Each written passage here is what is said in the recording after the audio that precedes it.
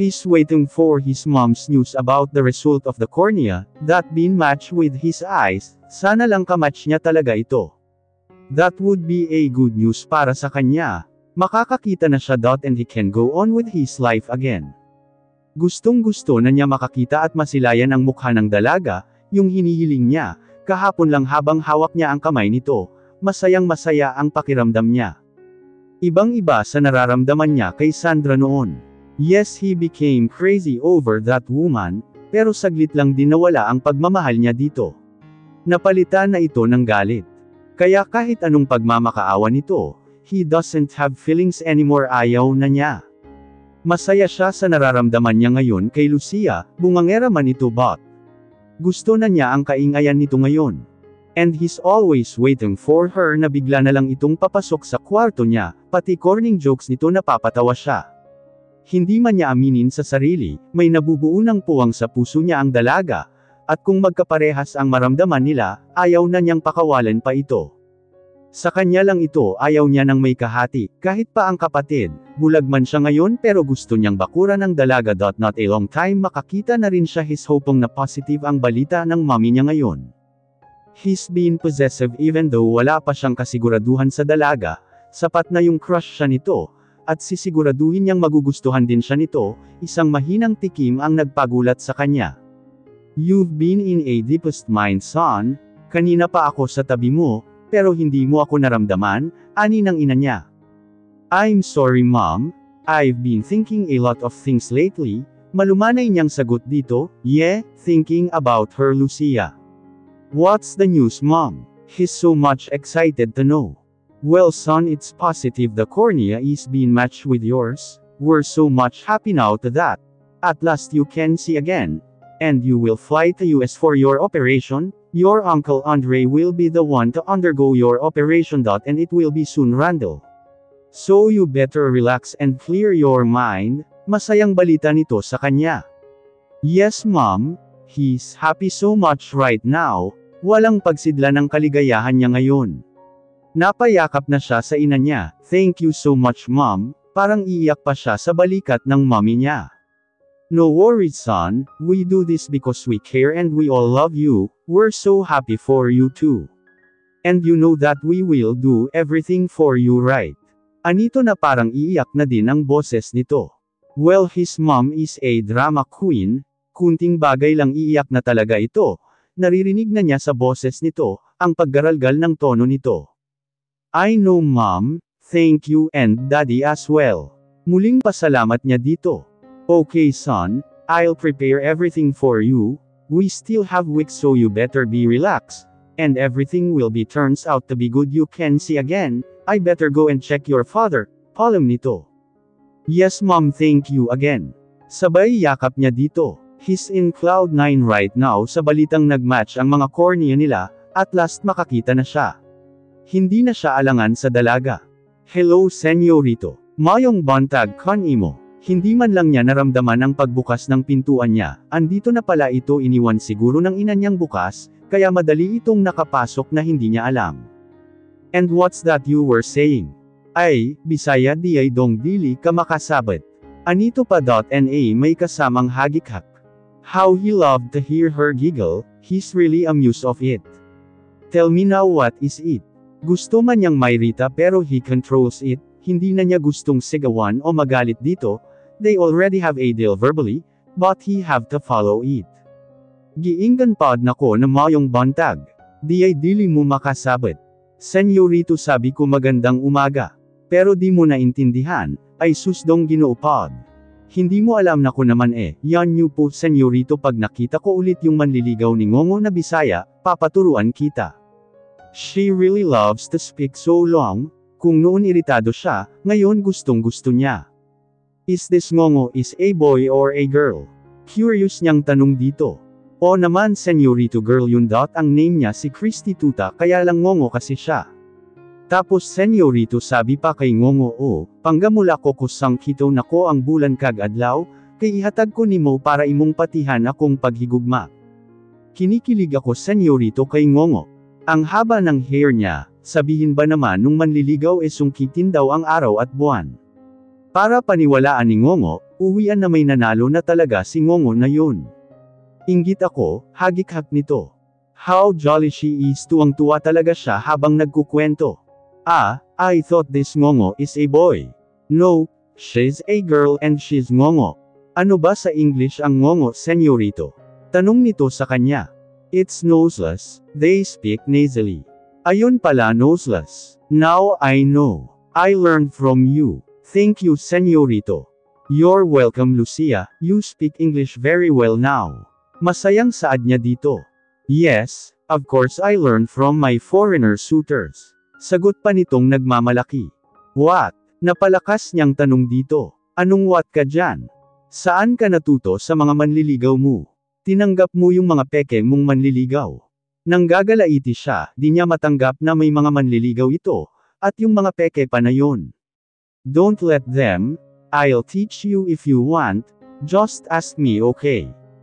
Ay senyorito, pero teka, bakit mukhang galit kayo dun sa mga manliligaw ko? Si Ngongo nga kahit ganun may nanliligaw, ako pa kaya na magandang maganda, sabi nung lahat ng mga kapitbahay namin, yung bruha ko lang na kapatid ang nagsabing pangit ako.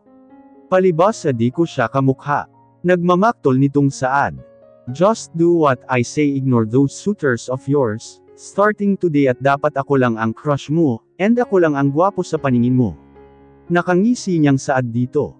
Wey, senyorito, nakahit-hit ka ba? I'm a doctor, I don't need to use that. Kung hindi, bakit mo nasabi yun? Siguro crush mo rin ako, no? What if I say yes? What you gonna do? Balik niya dito na nakangiti. What? Di makapaniwalang sagot nito sa kanya. I said ako lang dapat ang crush mo, wala nang iba. Deal with it. Now pag pumunta yung mga peke mong suitors, tell them you have a crush na super guwapo. Understand, Lucia? Pagtatapos niya. Di siya nakapagsalita sa mga sinabi nito. Kinikilig siya ng sobra sa senyorito niya, may crush daw sa kanya. Kanina pa gusto niyang tumili nung sinabi nito, kaya lang baka magulat ito bigla at nagtili na siya, kaya todo ngiti siya. Di naman niya nakikita na kinikilig siya at nakangiti, naiihi pa yata siya sa sobrang kilig. E paano ko pigilan kung lagi naman sila pumupunta, tapos may dala pa silang bulaklak na sunflower, kasi matagal daw yun malanta. Di na niya mapigilan ang mapahagik-hak talaga. Basta wag mong tanggapin, okay? Ako lang ang magbibigay sa'yo ng isang truck na sunflower kung gusto mo. Nakaigting nitong sagot sa kanya. Pero paano nga kung ayaw tumigil? Wala nang pero-pero pa, just don't accept, sakin lang tatanggapin mo. Nakasimangot na siya, kung makapag-demand naman ito para siyang pag-aari nito. Ay, may crush ng crush niya sa kanya. Senyorito, pwede ba ako na ang nanalo ngayon kesa kay Ngongo? Dali, sabihin mo muna, uwian na may nanalo na mga bes. Gayahin mo na. You're crazy as ever, saad nitong nakangiti sa kanya. Panay na ito nakangiti lagi sa kanya at hindi na nagsusungit pa. Dali na, utos pa niya. Fine, uwian na mga bes, may nanalo na. Saad din nito. I got you, senyorito. At bigla siyang tumili ng matinis na boses, kaya napatikip ito sa tenga. Lucia, lower your voice. Pero di siya tumigil talaga, inisang hakbang lang siya nito at sinapo ang mukha niya, at bigla siyang hinalikan nito. Napatitig na lang siya dito habang hinahalikan siya nito. Wow, nabulag ito. Ang galing sentro kaagad sa mga labi niya, ang sarap pa humulik. Oh, my first kiss, si senyorito, my alien crush. Di pa rin ito nilubayan ang labi niya, hinahagod na nito at kinagat-kagat ang ilalim. Sarap na sarap ito sa labi niya, habang siya mangangisay na sa kilig, ganito pala ang pakiramdam ng mahalikan ng lalaki. Now you're quiet, yun lang pala magpapatahimik sa'yo. Nakangising saad nito sa kanya, nang tumigil ito at sa paghalik sa kanya. Senyorito, my first kiss. Nakatulala pa niyang saad dito nang nilayo na nito ang mukha sa kanya. Nang hinayang pa siya at pinutol na nito. You have the sweetest lips ever I've tasted, tumili ka pa so I can kiss you again. Ani pa, sabay ngisi ng malapad. Napakagwapo talaga kahit sa pagngisi lang nito. Tulala na lang siyang nakatitig dito dahil sa halik nito. Kinapapa niya ang mga labi niya. Masayang masaya siya, kaya sa sobrang kasiyahan niya, bigla siyang lumabas sa kwarto ng amo, at tumungo sa CR doon sa kusina. Gusto niyang magsisigaw na nahalikan siya ng among alien niya. Baka pag doon hahalikan naman siya nito, pero gusto din niya, masarap pala ito humalik. Ay, my lips hindi ka natigang may humalik na sayo. Ngiting-ngiti siya talaga na parang nawala sa sarili niya. Nakangiti siyang nakahawak sa mga labi, mula pa kanina nung umalis siya sa mansyon, kahit pa ang sinakyan niyang tricycle ay si kamatayan, hindi na niya pinansin basta kinikilig siya. Pati yung padyak na may nakasulat pang, walang forever, wala siyang pakialam basta nahalikan siya ng amo niyang alien. Oh my kissable lips, na nakahawak pa sa labi niyang ngiting-ngiti, baliw na ata siya sa isang halik lang. Nagulat pa siyang nasa harapan na pala ang kapatid niyang Ushusera. Oh, nanuno ka bakit ngiting-ngiti ka dyan, na nakahawak pa dyan sa labi mo? Napano ka? Usyuso nito sa kanya. Brill, my lips, my lips, my lips. Sabay nguso niya sa kapatid. O ano yang nguso mo? Di na birhin Brill. Sabay tili niya. E ano ngayon kung di na birhin? Ano? Bigla nitong sigaw na nanlalaki pa ang mga mata, nung nakuha na ang sinabi niya dito. May humalik na Brill. Kinikilig pa rin niyang saad dito. Isang batok ang naramdaman niya dito. Niemus Brill, bakit ka ba nambabatok? Gulat niyang sabi dito. Bakit ka nagpahalik doon, lumalandi ka na? Wala akong sinabi na magpahalik ka doon. Dagdag pa nito. Teka nga, sino bang matanda sa atin? Ikaw. Bakit kung nakabatok ka at makasermon sakin, parang matanda ka pa sakin? Siyo nga ka kasi nagpahalik ka na agad, pagkatapos ng halik ano naman ngudnguran na ng nguso. Hoy Brill, silang desalakot salagubang kung makapagsalita ka sakin parang hindi mo ako ate ah. Bakit ka nga nagpahalik? Basta bigla na lang niya akong hinalikan, tapos sabi pa ni Senyorito wag na daw ako tatanggap ng mga manliligaw kung foreigner siya na lang. Kinikilig pa niyang kwento dito, na nakasimangot naman ng todo. Naniwala ka naman, naku ate ha, baka sunod magpa-jogjeg ka na doon. Inis nitong saad sa kanya. Ayaya Brill, masarap kaya iyon diba, yun lagi ang naririnig natin sa kapitbahay, sige pa isagad mo pa ang sarap, sarap, panggagaya niya sa boses ng kapitbahay nila, at napahalakhak pa siya sa kapatid. Kaya tuloy na hawa na sa kahalayan ng kapitbahay nila. Ang tainga nila di na virgin ito sa mga naririnig dito. Pasaway naman kasi yung kapitbahay nila kung magjogjegan naman ang lakas ng boses nito, kaya halos lahat ng mga kapitbahay nila tahimik at nakikinig lang ang mga ito dito. Kaya tuloy parang may dumaan na mga anghel pag nakipag-jogjugan na ang kapitbahay nila, kahit tanghali pa o umaga ito walang pinipili na oras, kaya pati silang magkapatid nakikinig na rin dito, kahit hindi pa sa lakas ng boses nito buong barangay yata makarinig. Ganun di gayahin mo, wag ka lang magpabuntis at uupakan talaga kita. Brill naman, wag ganun, titikim nga lang kung masarap. Pang-asar pa niya dito, nakasimangot naman itong tinalikuran siya. Asan si Yolo? Sigaw niyang tanong. Tulog kanina pa, napagod sa kakalaro sa kapitbahay, balik sigaw sa kanya, kumain ka na at pagkatapos mungumiti ka ulit ng todo na parang nabaliw. Napapangiti talaga siya ng kapatid niyang may sapak din, naiiling na lang siya sa ugali nito. Hindi din mawala sa isip niya ang mga sinabi ng amo niya, gusto man niyang maniwala dito pero imposible. Nang nakaraan lang sobrang galit ito sa kanya, at iritado pa pag nag-iingay siya sa kwarto nito. Pero kung totoo man ang sinasabi nito, wag kaagad siya maniwala ng buong buo, hindi pa niya kilala ito masyado. Baka nasasabi lang nito, dahil di pa siya nakikita nito, at napagbalingan lang at siya ang laging nakikipag-usap dito. Baka pag nakakita na ito, hindi na siya kilala, at sino lang ba siya di hamak na tagapag-alaga nito.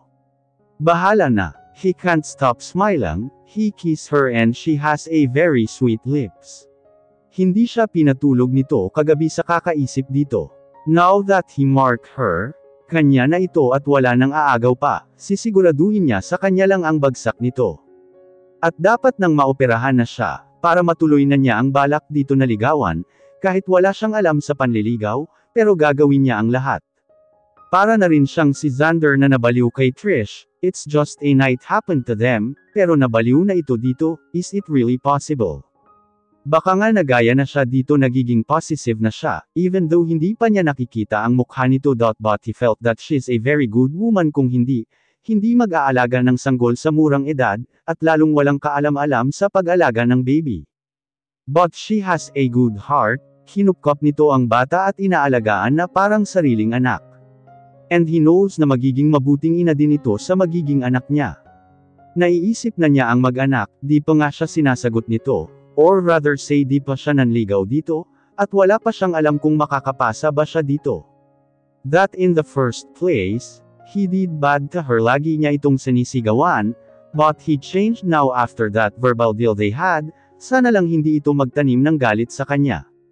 Panghahawakan niya ang sinabi nitong crush siya, sana in due time gusto na siya like how he likes her.